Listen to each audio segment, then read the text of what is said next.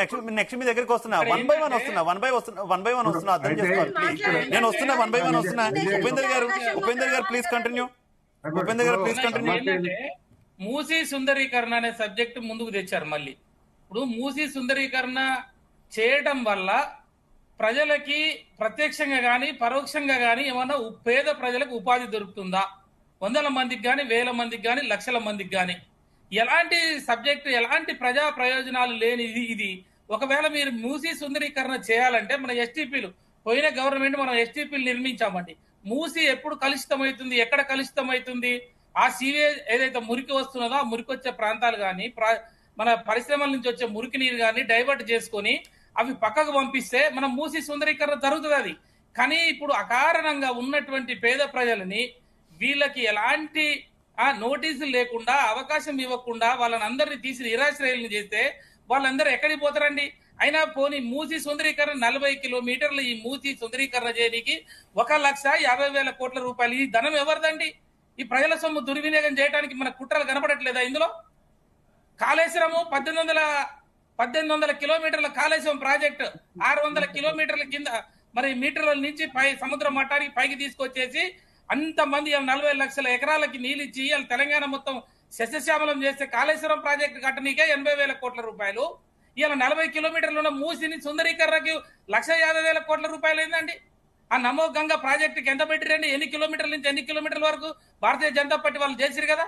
ఎన్ని పైసలైనా అక్కడ 40,000 కోట్ల రూపాయలు కూడా కాలేదు. ఈ 40 కిలోమీటర్లకి 1,50,000 కోట్ల రూపాయలు ఖర్చు పెడతామనంటే ఇది ప్రజల సొమ్ము దుర్వినియోగం చేయటం కాదా? అసలు ఎవరు నిన్ను అడిగిర్రు? ఇది ఈ సబ్జెక్ట్ ఎక్కడిది నీకు? దీనికి ఆల్టర్నేట్స్ ఏంటి? నీ ప్లాన్ ఏంటి? అంటే దీన్ని ఏమైనా అడిగేటోళ్ళు లేరు. ఇప్పుడు అక్క చెప్తుంది కదా, మేము కూలుస్తాం, మేము తీసేస్తాం అంటే మీకు ఓట్లేసిన పేద ప్రజలకు మీరు ఇచ్చే గిఫ్ట్ ఇదా?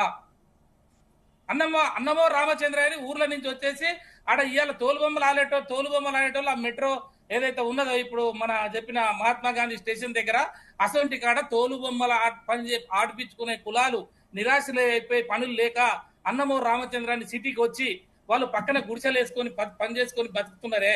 అసొంటి వాళ్ళని కూడా తీసి రోడ్డు మీద వేస్తుంటారు. ఎవరు అడిగినారని మిమ్మల్ని? ఎవరి ముచ్చటండి ఇది? ఎక్కడ ముచ్చటండి? ఎవరిని అడగాలి? మంచి పని చేయడానికి ఎవరిని అడగాలి? మీరు చేసిన పాపాలు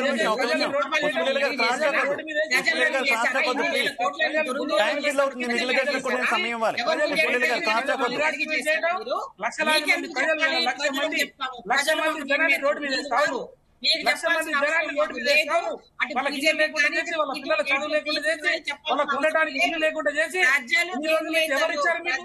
ఇన్ని రోజులు మూసి పక్క పంటే వాళ్ళకు ఉన్నటువంటి పర్మిషన్ ఎవరిచ్చారు? మీ ప్రభుత్వం కదా? మీ ప్రభుత్వం కదా వాళ్ళకి పర్మిషన్లు ఇచ్చింది?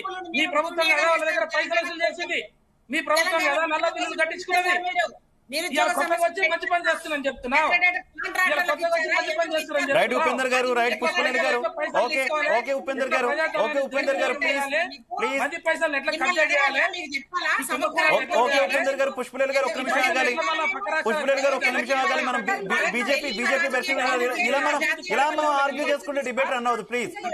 పేద ప్రజల జీవితాలతో ఆడుకుంటే పేద ప్రజలకు నష్టం చేసిన వాళ్ళు ఎవరైనా సరే కాలగర్భంలో కలిసిపోవటం. రైట్. ఓకే ఉపేందర్ గారు. సునీతా రెడ్డి గారు ప్లీజ్ కంటిన్యూ. మీరు మ్యూట్ లో ఉన్నారు. సునీతా రెడ్డి గారు మీరు మ్యూట్ లో ఉన్నారు. అన్మ్యూట్ చేసి మాట్లాడాలి ప్లీజ్. గాంధీ భవన్ వెనక భీమరావు వాడలో. రైట్ ఉపేందర్ గారు.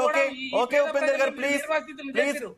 మిగిలిన గెస్టులు కూడా మనం టైం ఇవ్వాలి. 1976లో ఆ రోజు కూడా మీరు ఉపేందర్ గారు ఒక్క నిమిషం ఉపేందర్ గారు ప్లీజ్ చేశారు. తర్వాత ఏమైందో మీరు తెలుసుకోండి. ఇవాళ మీరు పదవులు శాశ్వతం కావు, కానీ పేద ప్రజల జీవితాలు శాశ్వతము. Right. Got your point Upender గారు. ఓకే అవకాశం ఇవ్వకుండా ఆ పిల్లల్ని రోడ్డు మీద పడేసి ఉపేందర్ గారు ఓకే ప్లీజ్ ఉపేందర్ గారు. మిగతా ఎక్కడ కానీ ఏ హక్కు లేదు. రైట్ సునీతా రెడ్డి గారు ప్లీజ్ కంటిన్యూ. ఉపేందర్ గారు మిగిలిన కేసులు కూడా మనం టైం ఇవ్వాలి ప్లీజ్. ఎమ్మెల్యేలు కానీ ఎంపీలు కానీ వాళ్ళ యొక్క పేద ప్రజలు. సునీతా రెడ్డి గారు కంటిన్యూ. మీరు మ్యూట్ లో ఉన్నారు. అన్మ్యూట్ చేసి మాట్లాడాలి ప్లీజ్. మీరు వాళ్ళ ఉపేందర్ గారు ఒక్క పైసలతోటి నిమిషం, మీరు ఎంజాయ్ ఉపేందర్ గారు ఒక్క నిమిషం. వాళ్ళ పైసలతోటి మీరు కార్లలో తిరుగుతున్నారు. ఉపేందర్ గారు, ఉపేందర్ గారు, కానీ పేద ప్రజల్ని ఇట్లా మీరు దుర్మార్గంగా చేస్తామంటే మాత్రం ఇవాళ ఎట్టి పరిస్థితుల్లో ఒప్పుకోలేదు. ఇవాళ ఉపేందర్ గారు, పుష్పలేలు గారు, మీరు ఇద్దరే మాట్లాడుకుంటే మిగిలిన గెస్ట్లు ఎందుకు మనకి ఇంకా? మీరు ఇద్దరే మాట్లాడుకుంటే మిగిలిన గెస్ట్లు ఎందుకు మనకి ఇంకా? ఉపేందర్ గారు, పుష్పలేలు గారు ఒక్క నిమిషం. వాళ్ళు ఇచ్చుకుంటారు, మీరెందుకు చెప్తారు?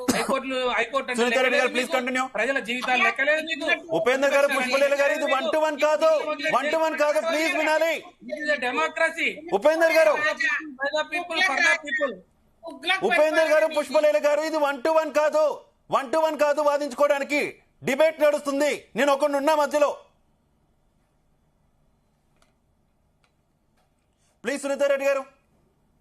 సార్ ఇప్పుడు బీజేపీ గాని ఎవరైనా ఇప్పుడు వాళ్ళు విమర్శలు మాపై ఎక్కుపెట్టి మాట్లాడుతున్నారు. నేనేమంటున్నా అంటే సార్, మీరు హైడ్రా స్టార్ట్ చేసినప్పుడు మీరు చెరువులు కాపాడుతాం, కుంటలు కాపాడుతాం, అన్ని కాపాడుతాం అన్నప్పుడు